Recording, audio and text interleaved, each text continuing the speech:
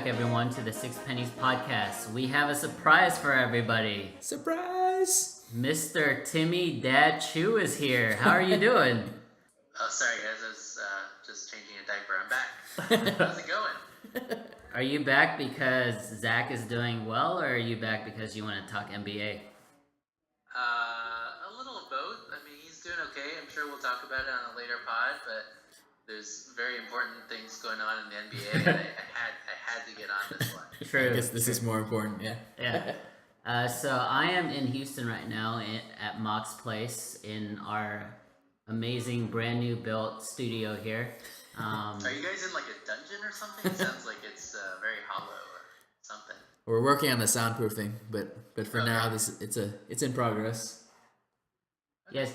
So today it's Friday night, almost Saturday morning, and we're having a couple beers, talking about the NBA. John Wall just hit a crazy 3-point shot to win the game for them. That's the Mock's dog. Sorry about that. Shipley trying to get on the pod. You got it. You got it. Sorry about that, guys. But mainly we want to talk about James Harden, Houston Rockets, Game 6, Thursday night. Mock, I know it's been 24 hours. I think you were at the game. Were you at the game last night? Wait, hold on.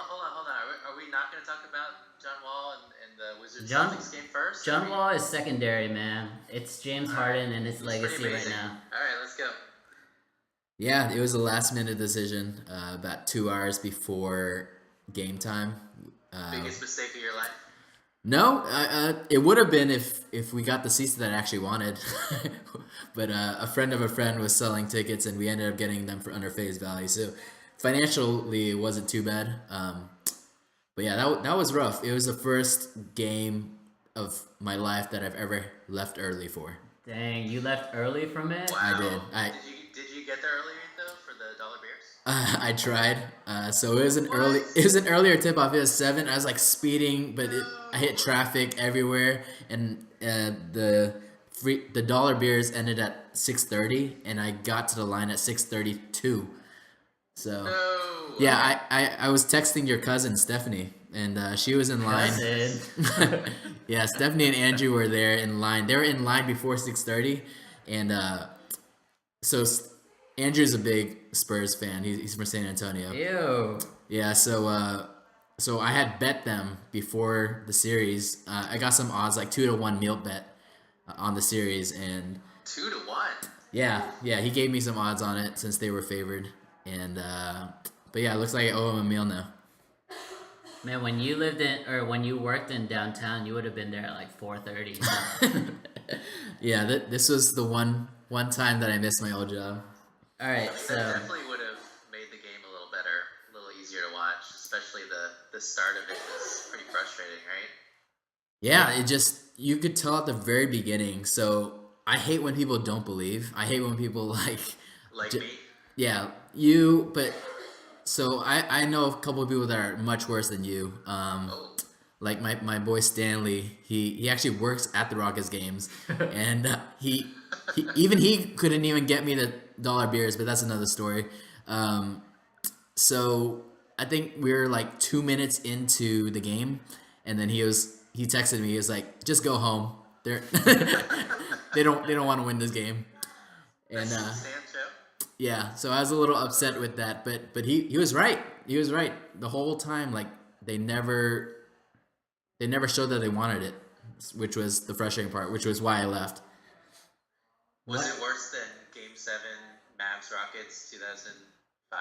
Oh, much worse. Losing by 40? Much worse. This was at home. This was against a depleted San Antonio team. Oh man, no Kawhi, no Parker. Kawhi, and it's embarrassing. It was embarrassing. It was, to me, it was like an unwanted like prologue to or epilogue to Game 5 overtime. Like it felt like that overtime dragged out over 48 minutes. Yeah, so for me, I didn't see Game 5's overtime, so I don't know. I can't really compare Game 6 to anything. But what the heck? Like, what happened to James Harden, guys? Timmy, I want to hear what you think. True MVP 2017. What happened? I mean, I think it's pretty clear he ran out of gas. Can you say that though? Are you talking about yesterday's game, or are you talking about Game 5? I'm talking about the end of Game 5, but I think it rolled into Game 6. Like, it just looked like he had no energy at all. Man, but you can't use that argument in Game 6 though.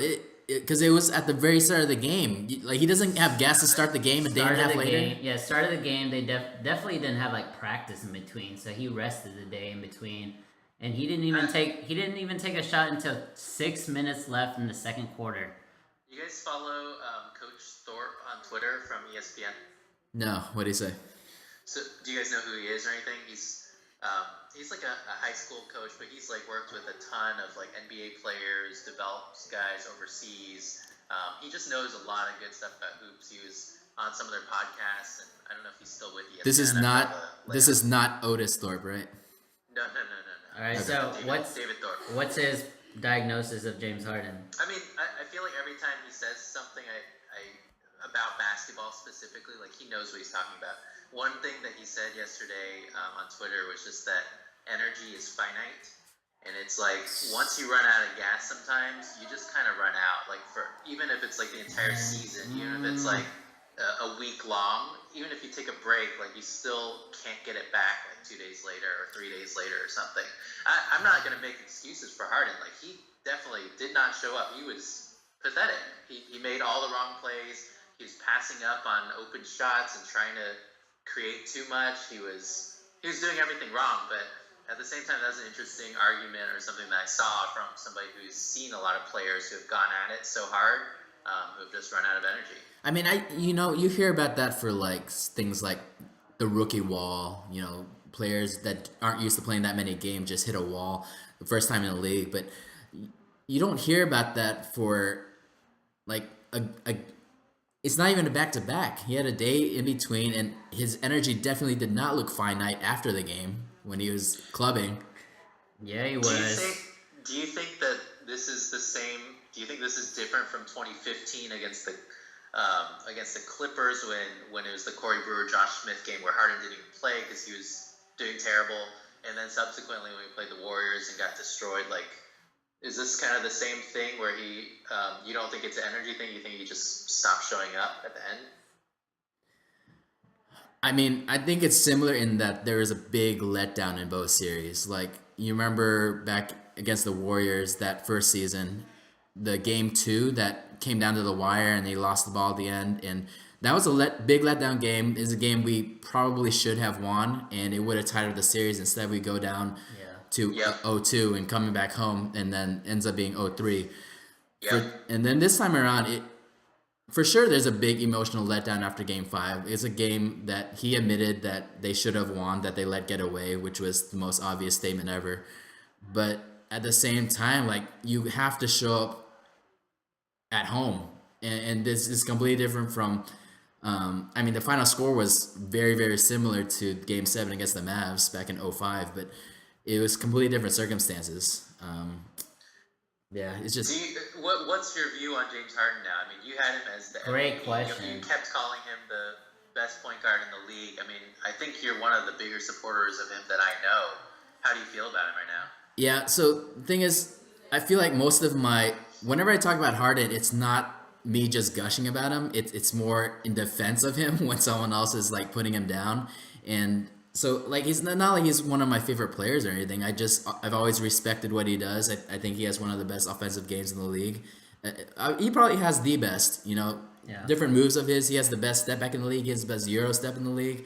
And if nothing else, if you have to put a positive spin on last night, then it kind of proves Harden's MVP case even more to me, right? Like, he has an off game, if you can call it that. That's a big understatement, obviously, but he has an off game and we lose by 40 at home and Kawhi doesn't play and they beat us. So I had Kawhi all along as the second MVP candidate. So I think his case is gone there.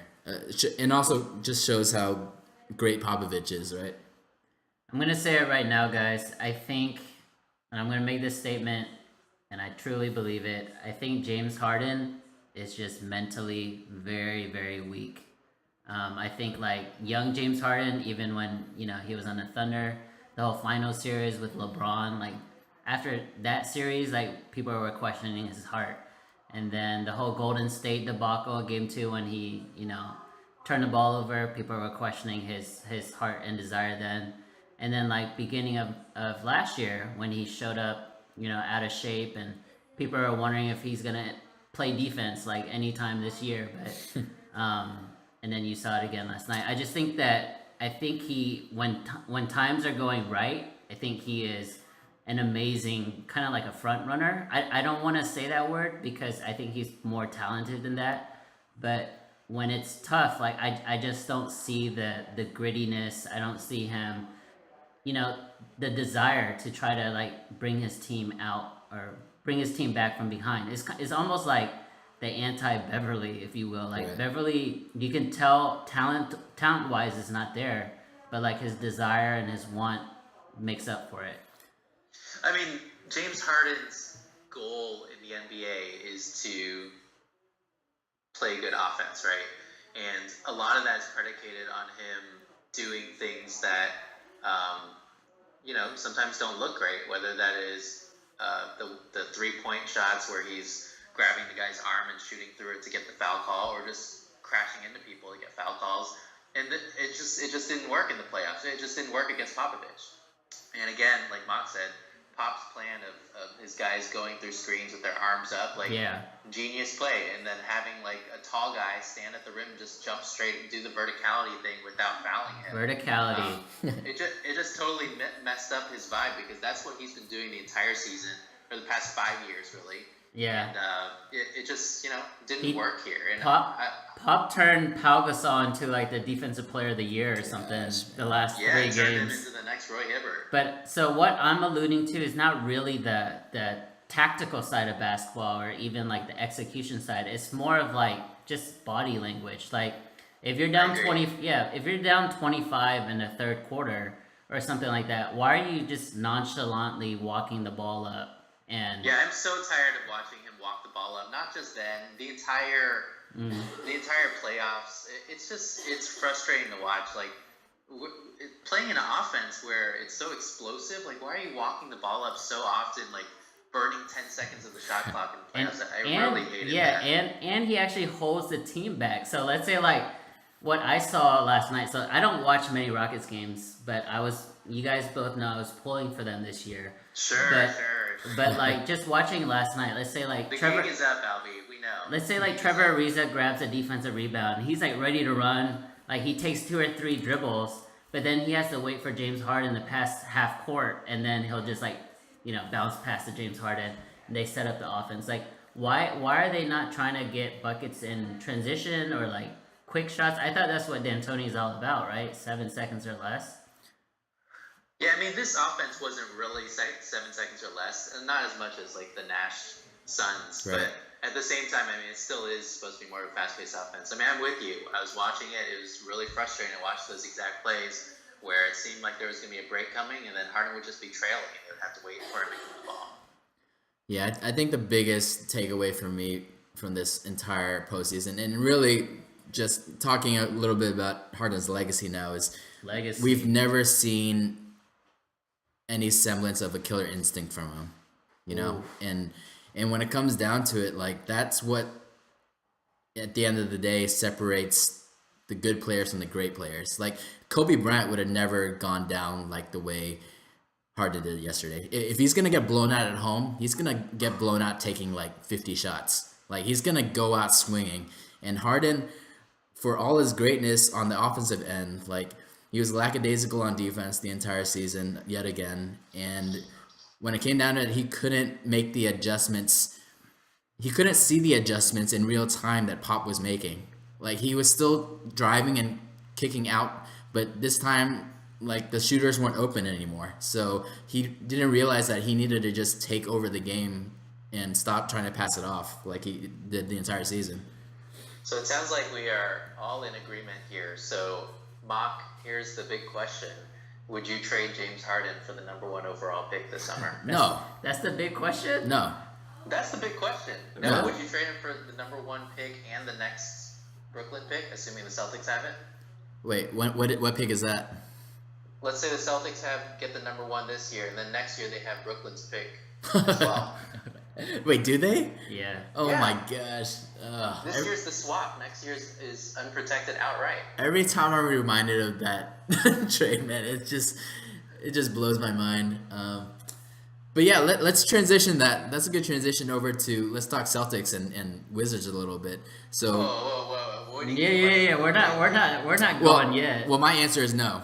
My answer is You wouldn't trade for 2 number 1s? For sure. Number 1 and probably a top 7. no next question, no. We've only spent 15 minutes on James Harden. I want to spend another 15. Like, this is big to me, and I would say year. I'm ready to trade him.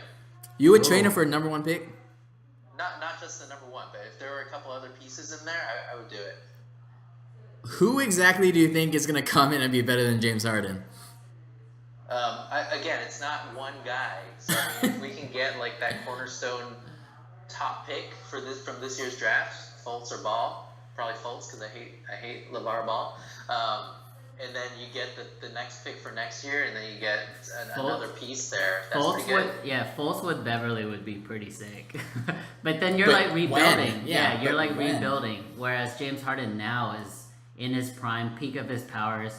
But you guys just said he has no killer instinct. Like, how are we gonna ever get to the apex? How are we gonna get to the conference finals again? I mean, What's the move that can be made then this summer that's going to make this thing work? Like, we don't have the big cap space or anything. We have some assets, but we don't have enough to make a push at like a Gordon Hayward or Paul George or. but Jimmy Butler or at this anything. point right now, we're at the exact same point. We're better than everyone thought we would be. We're better than most of our Yep. fans thought we would be. And if you were going to tell people, before the season that this was how it's going to end, we're going to lose in 6 games to the 2-seeded Spurs in the second round of the playoffs. People would count that as a win, and it just obviously didn't play out exactly how, like, it leaves a very bad taste in everyone's mouths. But at the same time, we're like right there. We're still like, I'm gonna say we're still the 3rd best, top 3 team in the league this year. So you're gonna blow that up for a chance at the number one guy turns out to be good in what 1.5 years? All right, Man, Timmy Would you hates trade James Harden. for Paul George right now? No. Yes, sir. All right, so earlier, You guys love Paul George. I mean, I would, but Mock says no. You would? Yeah, I'm very high on Paul George. So earlier, Mock said, this is not something Kobe Bryant would do. I kind of want to counter that because I believe it was like 04 or 06, one of those years. 06. 06, when the year he scored 81 points, right, against the Raptors. Later that year in the postseason, he and Phil Jackson were going through one of their fights, their whatever. They've gone through so many, different arguments, but during that playoff series, they were going through another one. And in Game 5, I think Kobe scored like 50 points or something in a losing effort, and that's when Phil Jackson kind of publicly called him out and was like, this guy doesn't pass the ball. The reason why we're not winning is because he's not playing team basketball, things like that. Just like direct shots at Kobe. And Game 6 rolls around, which was the elimination game for the Lakers, just like how it was for Houston last night. And basically, the Suns get up early. The Lakers are down big at halftime, 15 points. At that point, Kobe had like 25 points, something like, like a regular Kobe game. He's going to get 40, 50 again. But instead, the second half, he decides to not shoot the ball. He decides to not even he didn't even want to catch the ball. Every time he caught the ball, he would just swing it right away. And it's been well documented now that it was definitely just to show up Phil Jackson. Yeah. And he basically just gave away like the first round playoff series. So I wouldn't say Kobe Bryant hasn't done it in the past because we've seen it in 06, but I think the different things. But that was deliberate. Like, exactly. you did Yeah, that on purpose. that's exactly my point. So at that point, we knew Kobe Bryant had the capacity to take over. He was trying to prove a point, so he intentionally did what he did. The thing with James Harden last night is so many theories, right? Like, was he drunk? Did he have a concussion? Was he tired? Like, there was all these things, and we don't know. We don't know what his overall intentions were. So that to me is like, what the heck? Where did he go? Well, that's another thing. One of the biggest kind of stories now is people are saying that it was deliberate. That, I mean, it goes back to your mentally weak thing. Like, people said, like, you know, all the talk from, I mean, Houston people especially, after Game 5, like, got to him, or he was, like, pissed about it, and he decided to make a statement. And I don't believe it. But he was pissed at the fans slash he was media. he was just tired of all the talk. But that sounds like a great story that somebody made up. yeah, well, I mean, all these stories are going to be made up, right? I don't think this anything we'll ever really know. For my end, maybe just for my own sanity and for my own loyalty's sake, I'm going to eventually convince myself that he was concussed in Game 5. So I think eventually that's going to be my fallback. Ginobili blocked him so hard. Ginobili blocked him so hard that No, it was the elbow from Pau Gasol, Definitely man. possible as well. Yeah, elbow from Pau Gasol, late fourth quarter. the vibrations just reverberated through his body into his brain synapses, and he got a concussion. Monty Ginobili, amazing. Yeah, and he like barely even played in Game 6. Like the incredible. hero of Maybe Game he had 5 Game got 6. like 7 minutes in Game 6, and it was guys like Jonathan Simmons, Dejounte Murray. Embarrassing. Like Jonathan Simmons, watching him play defense last night, it felt like he gave more effort than the entire Houston Rockets team combined on defense. Like, I don't He's gonna understand. get paid this summer. You're right. He's I hope gonna so, get paid, yeah. and so is Patty Mills. He's also a free agent. Patty Mills needs a better haircut. That guy, maybe he needs the raise, but gosh, it's ugly. I won't put it on all of the Rockets. I will say, just watching that game, I definitely saw effort from Beverly and Ariza last night. Ariza tried, yeah. Ariza definitely tried. But Ariza was definitely trying. He was getting pissed off at everybody. It was great. yeah, and I think he was also underestimating how quick Jonathan Simmons' recovery speed was. Like Jonathan Simmons would close out on a 3-point shooter. Normally, you have like a second, 2 seconds to get out the shot, but somehow he put on his brakes, and then he was right there to contest, and I think it just surprised everybody. But you know what? That's playoff basketball. It's an elimination game. You're supposed to go the extra mile, and to me, it looked like I was watching a preseason game last night. Yeah. So we're gonna go back to who we could get for James Harden or what? Okay, let's talk about that. Are you still in the camp, Timmy, that you would trade him for number 1 pick this year and possibly next year? Yeah. I mean, this was like 6 or 7 minutes ago, right? Nothing has changed since then. Okay, Again, but we need to it's talk not about just the that. number one So pick. We got to have a couple other pieces. Ideally, I mean, it would be for a different star. I mean, it would be for a Paul George type. But I would be open to You like Paul George? to getting a bunch of pieces. What if it's Markelle Fultz and Gordon Hayward for James Harden? Are you kidding me? For sure. But Gordon Hayward is a free agent. I know they would do I think they don't have sign-in trades anymore in NBA. I'm just talking about hypotheticals because you know how Gordon Hayward is that hair. Yeah, I'll take it. yeah, Gordon Hayward is definitely going to Boston, and so Gordon they Hayward's can hair is all we they need. can package him with their first-round pick. Yeah, let's do it. Man, James Harden. I don't know. People overvalue the number 1 pick, man. It's I true. agree. It's definitely overvalued. I mean, look at the picks for the past 13, 14 years. Like James Harden is vastly superior to all those picks until 03 with All LeBron. those picks. Until- Anthony Davis, until Carl LeBron. Towns, I would take those guys. Kyrie won. John Wall. Anthony Davis. So you take Kyrie or Wall over Harden? Is that where you're at? Man, have you seen his killer instinct? Have you seen him That's cussing out the true. entire John team every John game? Wall It's incredible. John Wall this whole postseason has been showing the most killer instinct, and that's what you've been talking about, Mock. Mean mugging everybody, cussing them out. It's incredible. Fans, players, coaches, everybody. He does not give a F. And the shot he made today, literally was in Avery Bradley's eye. Like that was. He doesn't even shoot threes. He's Yeah. for threes. It was like it's exactly what Boston wanted him to do. He still did it, and he made it. And maybe it was luck. Maybe like if No. you give him 10 Yeah. more tries, he's not gonna make it. But he took it, and that's what I wanted to see from Harden last night, Do and you I think didn't the see Wizards would trade John Wall for James Harden right now, 1-for-1? Yeah. it. No, I say no. I don't think so. Yeah, I say no. Yeah. He's younger. I don't know. It's kind of a toss up. Man, is that where we're at now? Is that a toss up? No, it is where we're at. John Wall is trending very, very high, and after last night, James Harden after game. I mean, John Wall's cheaper and younger, and he's pretty close to as good, and he's got that killer instinct that Bob No, wants. we'll say all things equal other than age, obviously. Just where they're at, we'll say same contract. You would take John Wall? Well, no, probably not. But you got to take everything. Yeah. You can't remove all those things. Well, he's gonna be paid max. So that's In good. like 2 years, though, right? I mean, James Harden is also max. I just can't believe that's where we're at right now. Like, I can't believe this is.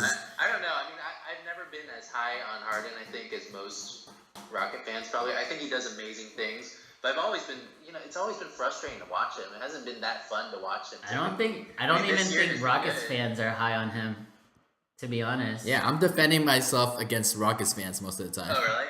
I don't know. I thought Rocket fans loved him. Not the same love that Rockets fans poured towards Tracy McGrady. Like I don't think it's the same type of like blind fandom that McGrady got. But I will say this: like when we talk about James Harden legacy, what do you think it is now? Like what's his narrative? Because Wait, why was Tracy McGrady? Why did he have blind loyalty? I didn't have blind loyalty to Tracy McGrady. Didn't he have similar issues of seemingly not showing up at times? No, he showed up.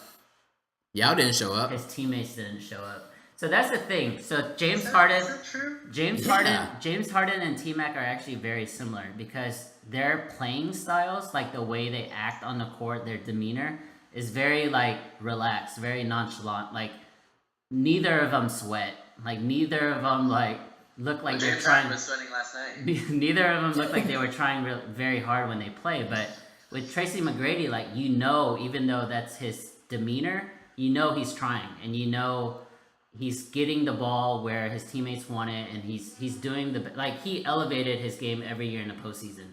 James Harden was doing the same until the last 2 games, and so that's the question mark. Like when things get tough, where does James Harden go? And to me, the legacy question is all about like, okay, let's say next year he's also the MVP candidate, but then they're gonna be like, yeah, but then last year, don't you remember Game 6 Thursday in Houston? Like, I think that's just going to be his disclaimer for the rest of his career until he wins one. Yeah, I mean, I agree.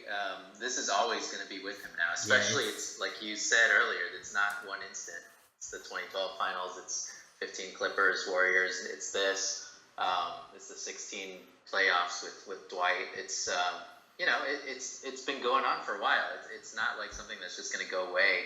But at the same time, it's like, why are we talking about his legacy? Like, he's a very good player, and he's been a very good player for 5 years. But do we really care about players' legacies when they've only been like great players for 5 years versus all-time greats like I LeBron think or something? Yeah, that's a valid question, but I will say when you're a top 5 player in the NBA, no matter what year that is, I think you just by default you're gonna have a legacy because James Harden, we envision him to stay at this rate of production or this peak of his powers, if you will, for the next several years. So we are assuming that he's going to be a great player for a decade, and he's going to be one of the defining players of this era here. But now his defining moment, his lasting memory is Game 6.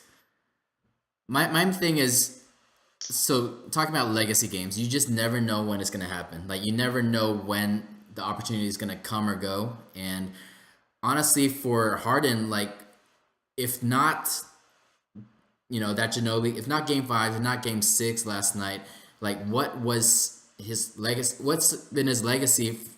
Like, what do you know about Harden from the playoffs for the past 5 years?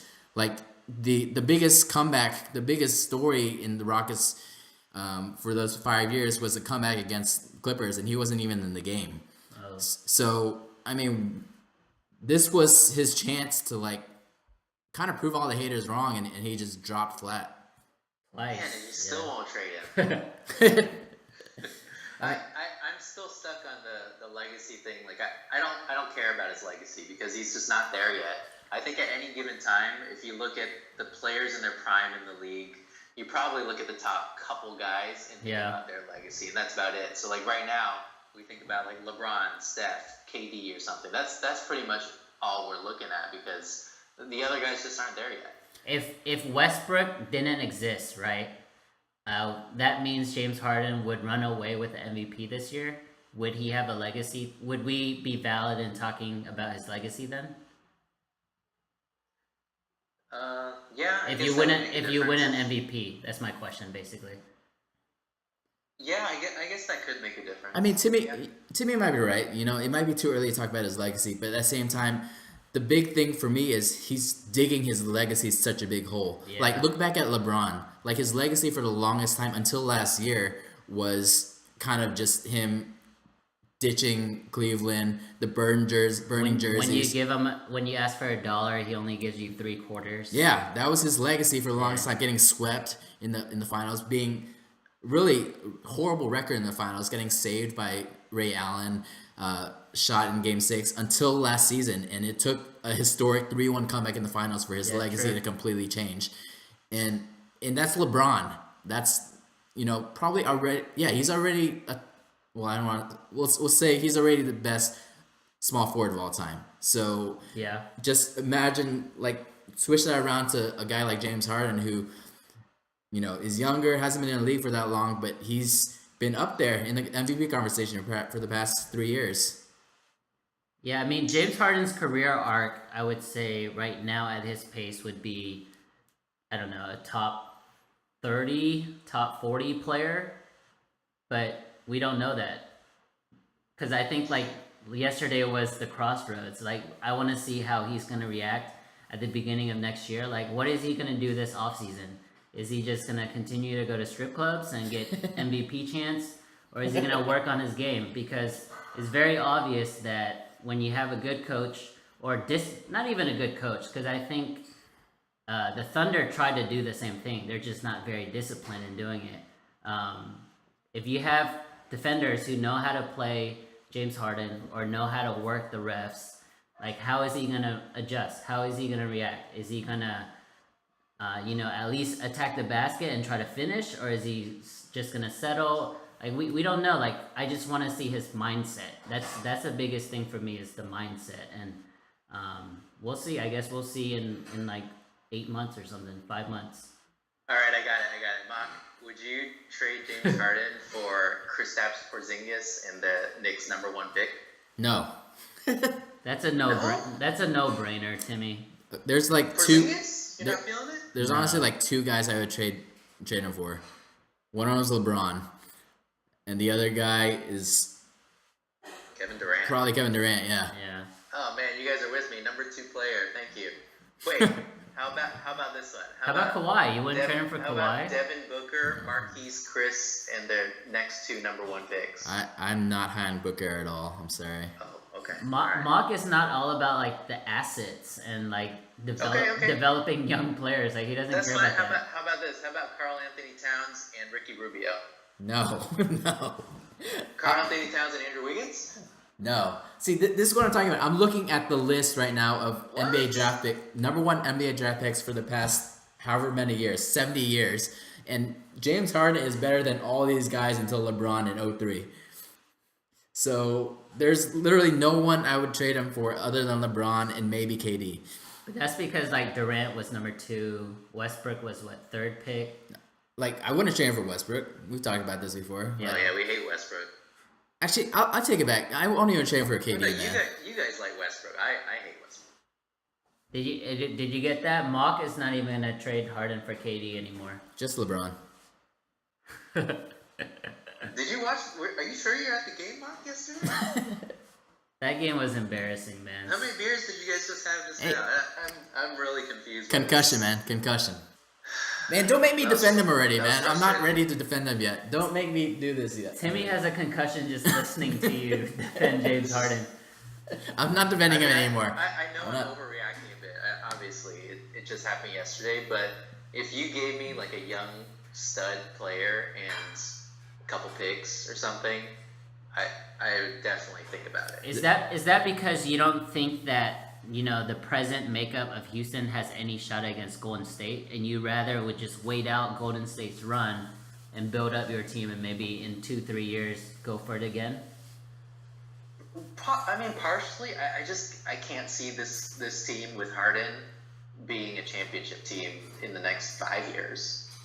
Wow. And I think it's. I mean, unless you're giving me like a second star. If we're getting a second star somehow, then maybe. You But don't if you don't it's trust Harden Morey? and a bunch of great role players, I can't see it. Morey's a wizard, man. How are you guys gonna get a second star? Exactly, Morey's the wizard. That's why we're gonna get these young stud players and picks for him. How are you gonna get a second star when you pay Ryan Anderson $20? That's what I'm saying.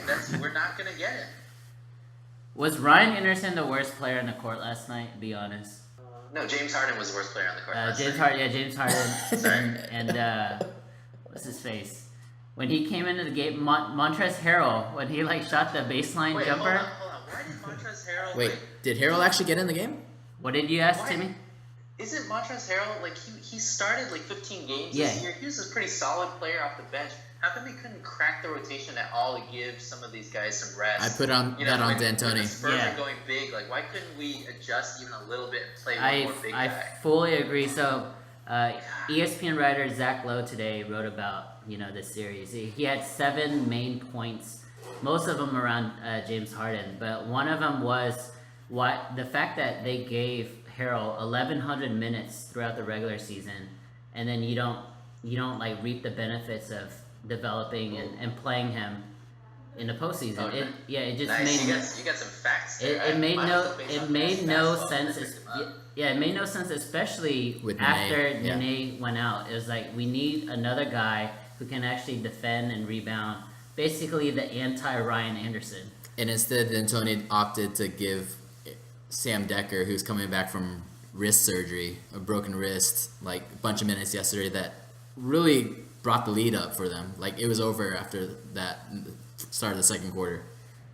Yeah, so the three of us were in this group text, mostly about Six Pennies podcast. But last night we talked a little bit about the game, and it was early in the third quarter, and Houston was kind of making a run. It looked like San Antonio didn't come with the same energy that they brought in the first half, and the lead got down to the mid-teens, and I'm like, dude, they're only down 15. James Harden hasn't done jack squat. This game is still gonna be close in the end. And then the commercial break comes back, and he has Sam Decker and Ryan Anderson out there together, and I was like, oh my gosh. And the lead ballooned back up to the mid to high 20s, and that's when it was over. I don't know why D'Antoni was doing those player rotations and substitutions like he did, but I think maybe he's not letting us know the injuries and the fatigue factor that all the players were going through. I think D'Antoni was shook after Game 5, and after all the criticism, rightly so, in my opinion, about the 7-man rotation in Game 5. I think that was essentially the downfall of why we lost. Not exactly why we lost, but it definitely contributed to it in Game 5. And I've been saying, I don't know why. I don't know what Montrezl Harrell did to him. I don't know why he couldn't get in the game for any meaningful minutes. You're here to tell me that he can't give you 6 to 8 minutes. It seemed like it was personal. Backup center, huh? Yeah. right? Yeah. So going back to number 1 picks, if you're Boston, would you trade that number 1 pick away for a Gordon Hayward or a Paul George type? Yes. Yeah, I mean, you're assuming it's just the one, or that wouldn't happen. They would have to give up a few things, right? Probably a Jay Crowder. So you're saying that Paul George and Gordon Hayward are better than James Harden? How did I say that? because you said you would trade James Harden for that #1 pick. I would trade James Harden for the #1 pick. It's too much. It's a lot of deductive reasoning. I suggested trading for Paul George, so I mean, I don't know. I'm not saying that I would like do these things immediately, but I would definitely consider a lot of these options. It's also hard because I feel like you guys are pretty set on D'Antoni. You notice how I say you guys now because the season is over. I'm not. Yeah, we knew it, man. It's back to normal. Let's go Mavs. I'm not set on D'Antoni. He's great, but I don't. I think he's gonna get at least another year to 2 years, right? And James Oh, yeah. and James Harden is the perfect player for his system. So I don't know if it's right to trade him, even if it was for a Gordon Hayward and 2 firsts or whatever the crazy deal might be. Like James Harden was meant to be with D'Antoni, and Unless it's like Jeremy Lin. There's not going to be a trade this year. I mean, I'm just throwing it out there, but Morey's not going to do that. I think Morey's in the same boat as Mock. Like Harden is one of the top 5 players in the league. And he is you though. Just don't, you don't get that easily. Yeah, he is. But Yep. you guys are paying Ryan Anderson another 2 years, $20 million each. Yeah. What does that have to do with anything?